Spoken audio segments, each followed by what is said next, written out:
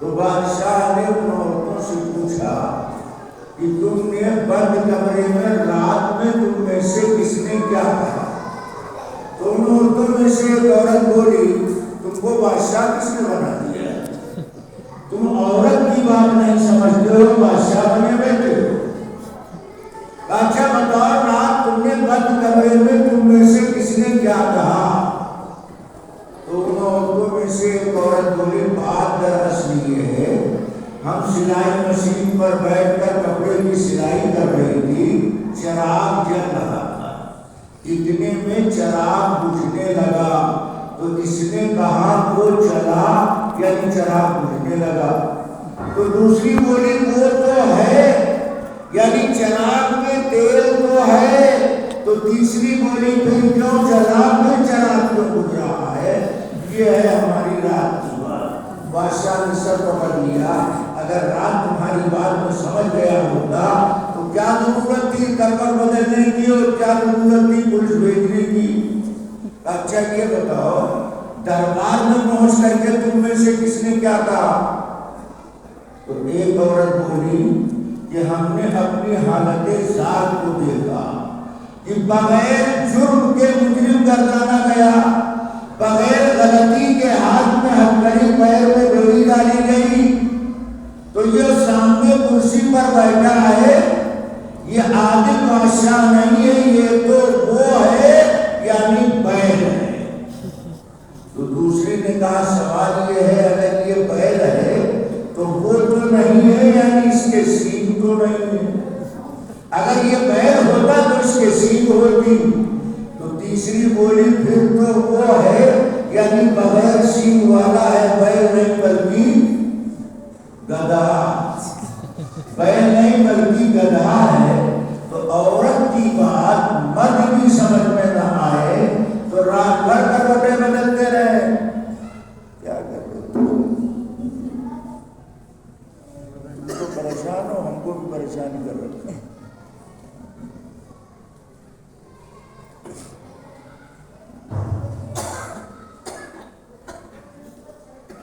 جب بادشاہ کو عورت کی بات سمجھ میں آئی تب اسے سکون ہوا۔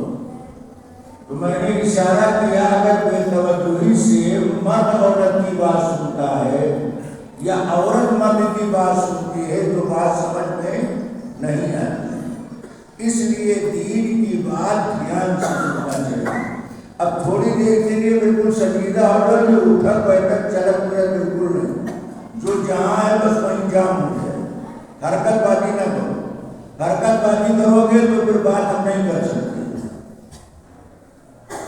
اللہ تبارک و تعالیٰ نے اس سورت میں 3 باتیں بتائی اور ان تینوں باتوں کا مسلمان مردوں اور عورتوں سے تعلق، دو چیزیں زبان سے متعلق ہیں اور ایک چیز مال سے متعلق ہے۔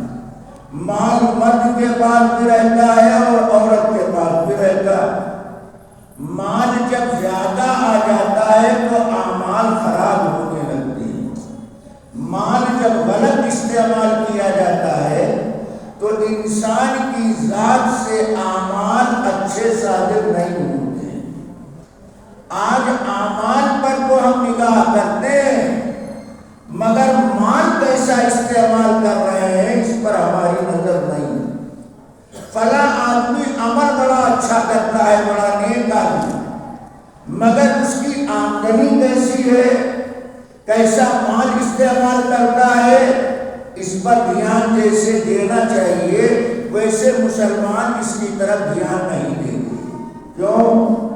کتنے مسلمان ہیں جس کے خاندان میں ترکہ تقسیم کیا جاتا، بغیر شرعی طریقے پر ترکہ تقسیم کیے ہوئے مال دھڑلے سے استعمال کر رہے ہیں، اسی غلط مال سے حاجی بن رہے ہیں، نمازی بن رہے ہیں، دعا مانگ رہے ہیں، نہ دعا قبول کی جاتی ہے نہ مانگی ہوئی بات ملتی ہے، اس لیے کہ غلط مال استعمال کر کے کبھی اچھا عمل ثابت نہیں ہو سکتا۔ لہذا اعمال سے پہلے مال کے اوپر نظر رکھنی چاہیے کہ ہم مال ایسا استعمال کر رہے ہیں۔ اللہ تبارک و تعالیٰ نے جو 3 گناہوں کا اس صورت میں تذکرہ کیا، کہا ان 3 مجرموں کو ہم ویل کے اندر ڈالیں گے۔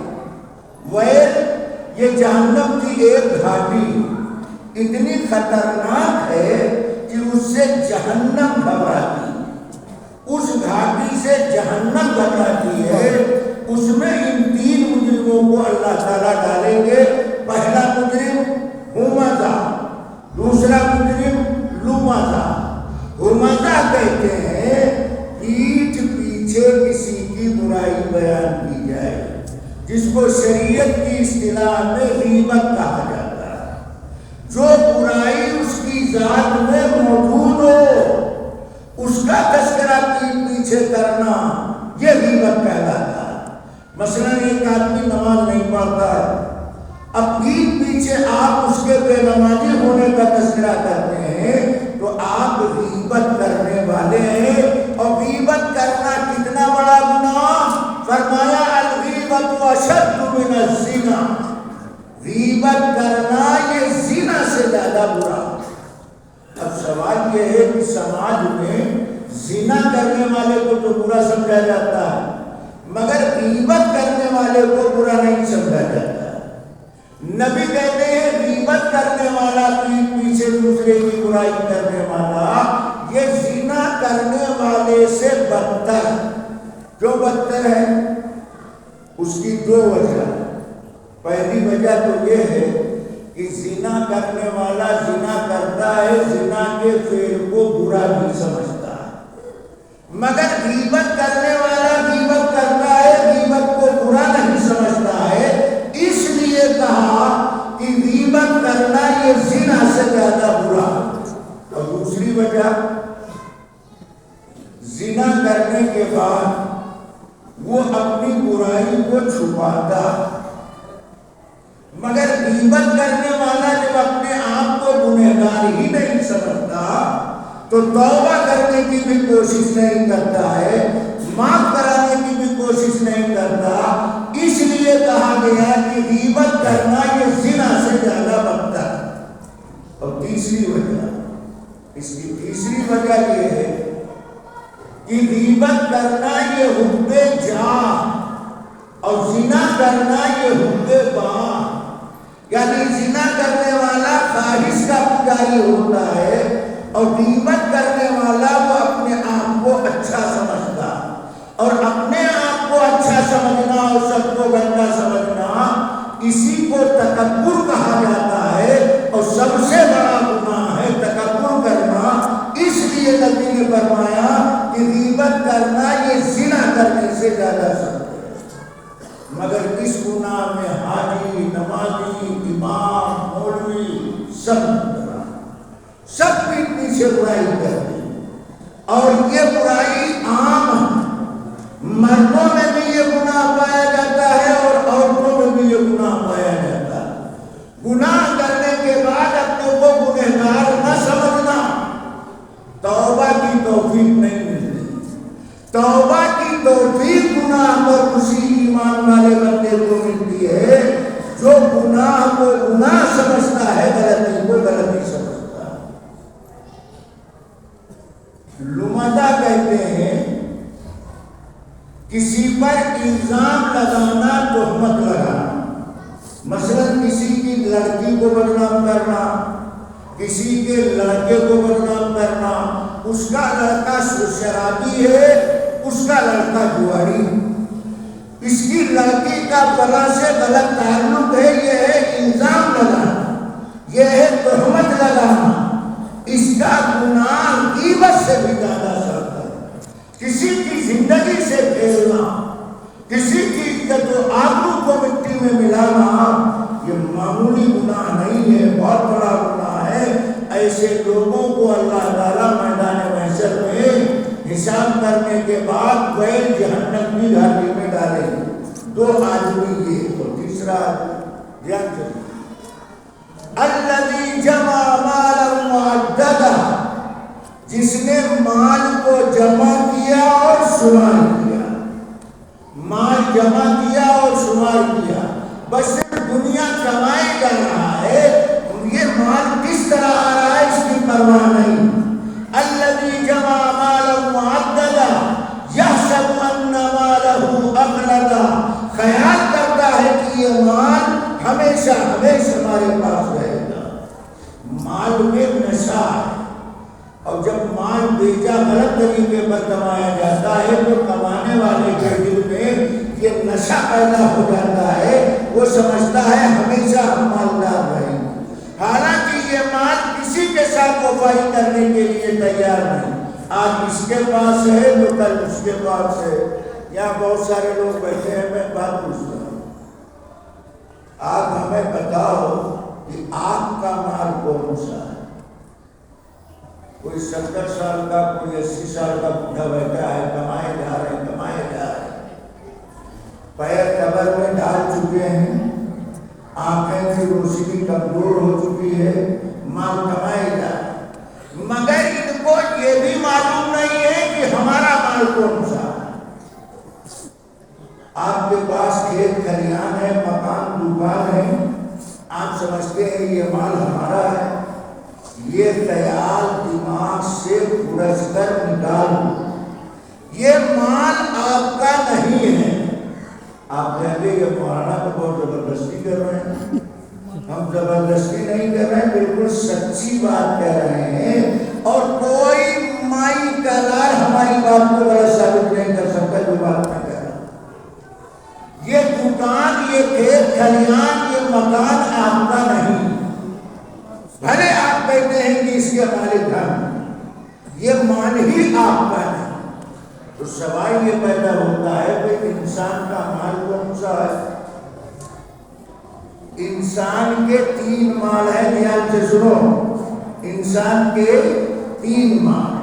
پہلا جو کھا لیا وہ اس کا مال، جو کھا لیا وہ اس کا مال، اور جو پہن لیا وہ اس کا مال، اور جو اپنے ہاتھ سے صدقہ خیرات کر لیا وہ ہے اس کا مال، اور جو چھوڑ کے مر رہا ہے یہ اس کا مال نہیں ہے، یہ تو وارثوں کا مال۔ یہ دوسروں کا مال دیکھ کر کے تالا ٹائپ کرتا ہے کہ سب ہمارا، تمہارا تو وہ ہے جو کھا لیا، تمہارا تو وہ ہے جو پہن لیا، اور تمہارا تو وہ ہے جو اپنی مٹھی سے دوسرے کو دے دیا، اللہ کو راضی کرنے کے لیے خرچ کر دیا، وہ تمہارا مال ہے، اور جو چھوڑ کر دنیا سے جا رہے ہو وہ تمہارا مال نہیں۔ ہم آج تک یہی نہیں سمجھ پائے کہ ہمارا مال کون سا ہے۔ جس سے پوچھو مولانا یہ دکان ہماری، یہ فیکٹری ہماری ہے، یہ کھیت کھلیان ہمارا، یا تمہارا کیا ہے؟ تمہارا کچھ نہیں، تمہارا تو جو کھا لیا وہ تم نے اپنا مال کھا لیا، پہن لیا وہ تمہارا مال تھا تم نے پہن لیا، اور اپنے ہاتھ سے جو صدقہ خیرات کر دیا وہ اصلی مال تمہارا ہے۔ چندہ لینے والے آتے ہیں تو 1.5 بارش کی پیشانی تمہاری چل جاتی ہے، چندہ دیتے ہو، احسان جتاتے ہو، عورتیں 8 زیور 10 تولہ سونا رکھے رہتی ہیں، اور 20 سال تک زیور استعمال کرتی رہتی ہیں، ایک زیور اللہ کے نام پر خرچ کرنے کے لیے تیار نہیں۔ یہ زیور تمہارا نہیں ہے، جب مر جاؤ گی تو یہ زیور ترکے میں تقسیم ہو جائے گا۔ اگر اس میں سے کچھ زیور نکال کر اللہ کے نام پر دے دیا وہ زیور تمہارا کہلائے گا۔ انسان اس کو اپنا مال نہیں سمجھتا، اسی لیے اللہ کے نبی نے ایک موقع پر ارشاد فرمایا اذا مات الانسان انقطع عمل، انسان جب مر جاتا ہے تو اس کے عمل کا سلسلہ ختم ہو جاتا ہے۔ نماز پڑھتے تھے، جب نمازی نہیں رہے تو نماز کہاں رہی؟ جب حاجی نہیں رہے تو حج کا عمل کہاں رہا؟ جب قاری صاحب نہیں رہے تو قرات کہاں رہی؟ نبی وہی بات کہتے ہیں، انسان جب مر جاتا ہے اس کے عمل کا سلسلہ ختم ہو جاتا ہے، سوائے 3 چیزوں، صدقۃ جاریہ، اگر صدقہ جاریہ کا عمل کیا، اللہ نے مال دیا تھا، اس مال کو رفاہ عام میں خرچ کر دیا، مثال کے طور پر ذرا دھیان سے سنو، اچھی بات ذہن میں آئے.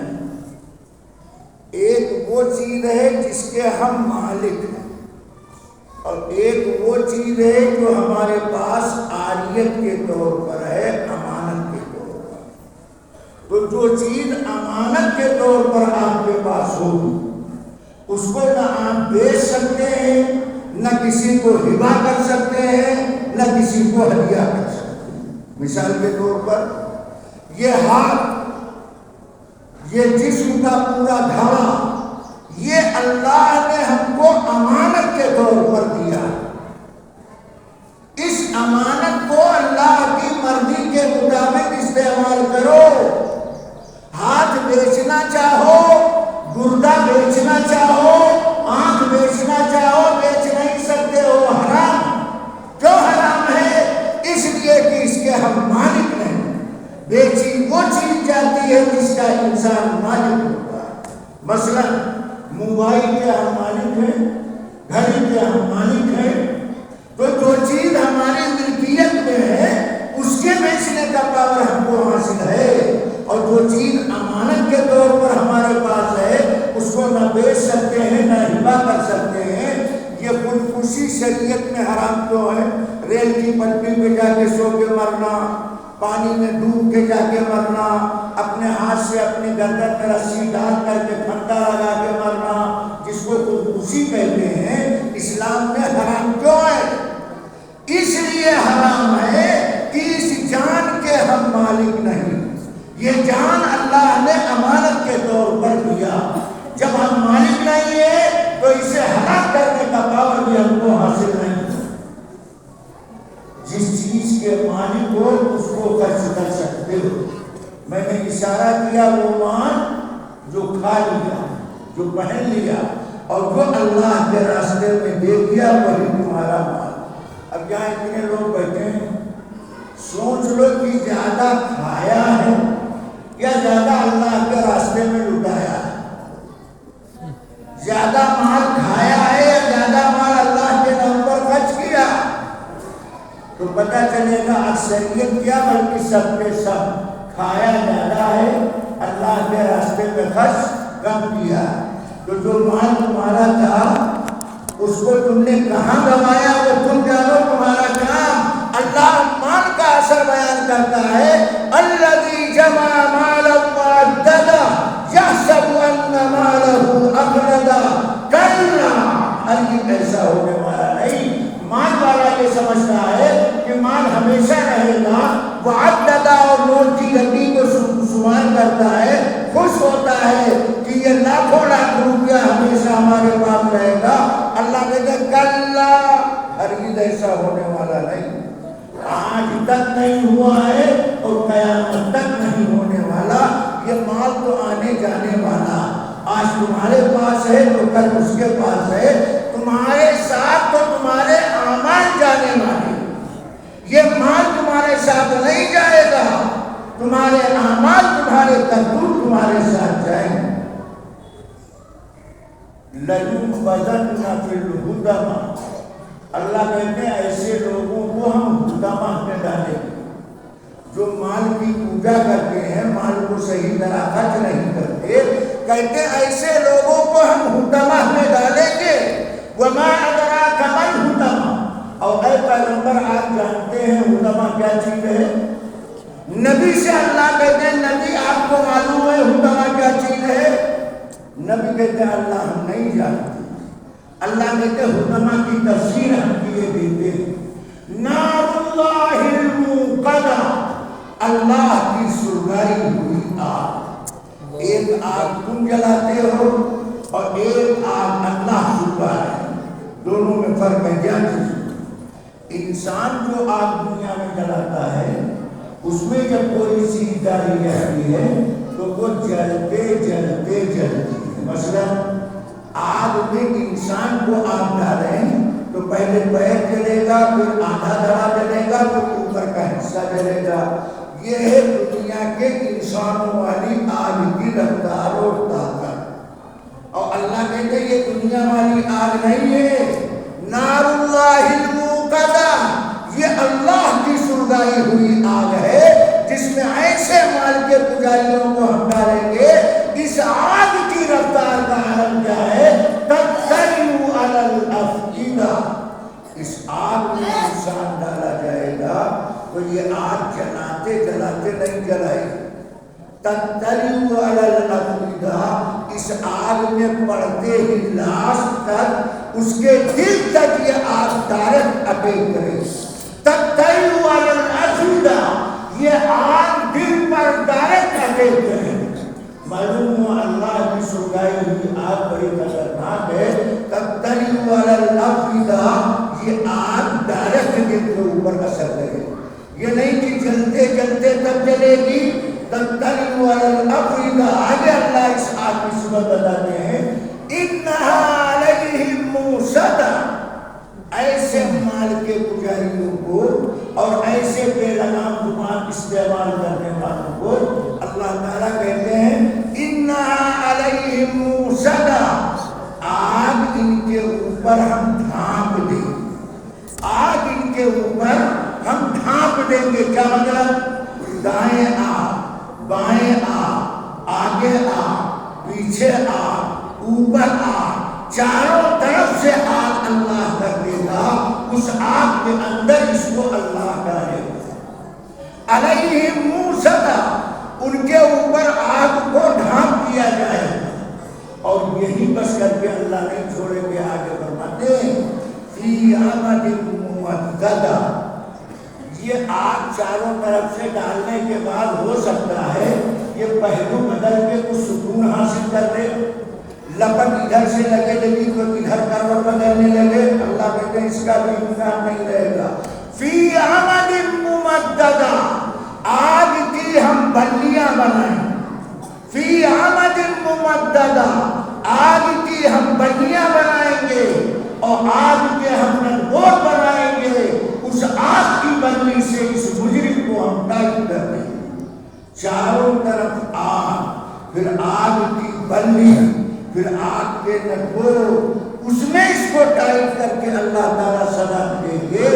جو مال کو غلط استعمال کرتا ہے اور جو زبان کو غلط استعمال کرتا ہے، آج مسلم سماج میں یہ برائی دن بہ دن بڑھتی جا رہی ہے، دیندار طبقے کے اندر بھی یہ برائی پائی جاتی ہے۔ اس لیے جب کرنا چاہتی اپنی زبان کو پاک رکھو، اپنے مال کو پاک صاف رکھو، اپنے آپ کو سچا پکا مسلمان بناؤ۔ ایسے مسلمانوں سے کیا ہونے والا کہ مسجد میں آئیں تو اسلام ساتھ آئے اور مسجد سے باہر جائیں تو اسلام سے سلام کر جائیں۔ آج مسلمانوں کا یہی ہے، مسجد میں آتے ہیں تو وہ بخاری کی ٹوپی سر پہ رکھ لیتے ہیں، نماز پڑھنے لگتے ہیں، اور نماز پڑھ کر کے ٹوپی کھینچ کے وہ بخاری پہ پھینک دیتے ہیں۔ اور دوسری پریشانی یہ ہے، کچھ نمازی آتے ہیں تو جب چٹائی پر کھڑے ہوں گے تو جلدی جلدی